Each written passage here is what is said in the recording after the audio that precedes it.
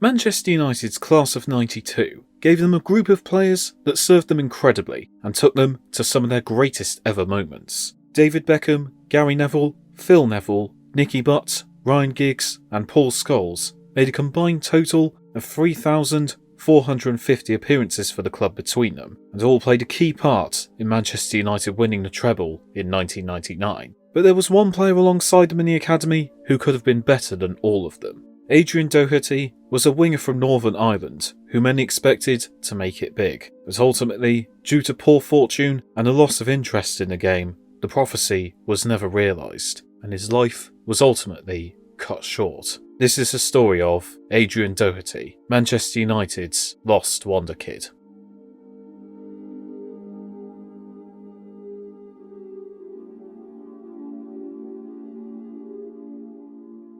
Adrian Doherty was born in Strabane, Northern Ireland on the 10th of June 1973, the son of Jimmy Doherty, who himself was a former player. His footballing talent was evident from an early age, and he once got in trouble at school for refusing to play Gaelic football with his hands due to how good he was with his feet. He made friends with a young Brendan Rodgers when playing for Northern Ireland schoolboys, and would have trials at both Arsenal and Nottingham Forest. Matt Bradley, Doherty's coach at Moorfield Boys Club, took it upon himself to give the youngster a leg up. Bradley wrote a letter to Alex Ferguson to recommend that Doherty be invited to Manchester United for a trial. After impressing in trials at Old Trafford, the club decided to sign him as an apprentice, with Alex Ferguson saying he ticked all the boxes. Doherty initially struggled with homesickness and was granted a 3-month leave of absence to return to Strabane. Upon returning to Manchester, he moved in as a lodger to an Irish couple, which helped to ease his longing for home. Doherty's talent was starting to gain attention, but off the pitch, he did not have a footballing personality at all. He would turn up to training at the Cliff, wearing a woolly jumper and riding a second-hand bike with an acoustic guitar on his back. After training, he would often busk around the Cliff or in Manchester city centre, often covering songs by his idol Bob Dylan. He would often give away his complimentary tickets to first-team games to friends, so that he could go out and busk. Robbie Savage, who lived with him briefly, remembered Doherty always strumming away, and that the winger would spend all his wages at local markets or on bits for his guitar. Doherty may have had a special talent,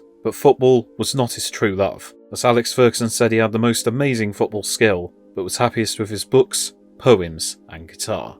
Hype was starting to build around Doherty. With him on one wing and Ryan Giggs on the other, it seemed as though Manchester United's flanks would be secure for decades. Out of all the young players the club was developing, Doherty was generating the most talk, with Gary Neville later describing him as out of this world. In a matchday programme in 1987, Ferguson alluded to Doherty, describing him as like greased lightning, and some reporters were saying he could be the biggest thing for Manchester United since George Best. In 1990, 16-year-old Doherty would join the first team party as they travelled to a away game at Southampton. Doherty would not feature in the matchday squad, but did receive a £200 bonus for being part of the travelling party. Doherty used this bonus to buy a typewriter so that he could write poetry. Later that year, Doherty was offered a 5-year contract, but turned it down in favour of a 3-year deal, as he wasn't sure if he wanted to be involved with football for that amount of time. Doherty was on the verge of making his first team debut in February 1991.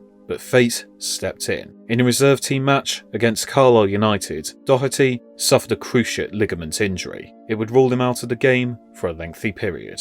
During his spell out, Doherty took advantage of his spare time to pursue his true love of music. He formed a band called the Mad Hatters, and in 1992 went on a pilgrimage. He broke into his brother's house to get a suitcase, got a morning bus to London before flying to New York. He went around the city, playing in various bars under the name McHillbilly, in pursuit of a record deal. Doherty made his return with the reserves a year later, but his knee buckled again, and in 1993 he was released by Manchester United, having never made an appearance for the first team. His family were angry with the Red Devils for how they handled Doherty's injuries, but the winger was happy to leave the Theatre of Dreams behind. Doherty had a brief spell at Derry City, before quitting the game for good. He became something of a journeyman, finding various jobs to make ends meet. Doherty worked in a chocolate factory in Preston, a hosiery factory back home in Strabane, had various jobs in Galway, and then went to the Netherlands to take a job at a furniture company in The Hague.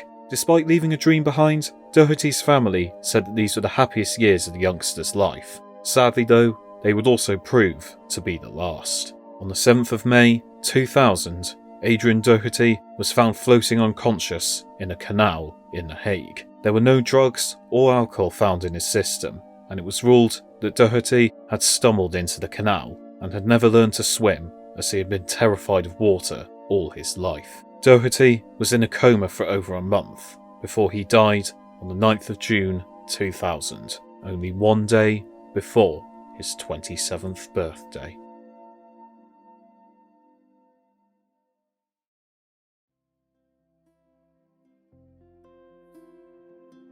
The tale of Adrian Doherty is one of the game's greatest tragedies. On one hand, he could have been the greatest star of all from the class of '92 and served Manchester United brilliantly in one of their golden eras. On the other hand, he could have been a star of his true love in music. He just needed to have been given a similar opportunity in music as he had been given in football. Ultimately, Doherty is a lost star. Those who knew him have nothing but positive things to say about him, and he could have given the world so much. He sadly was a man in the wrong place at the wrong time, and only days after Adrian Doherty would have turned 50, we are left to wonder what might have been.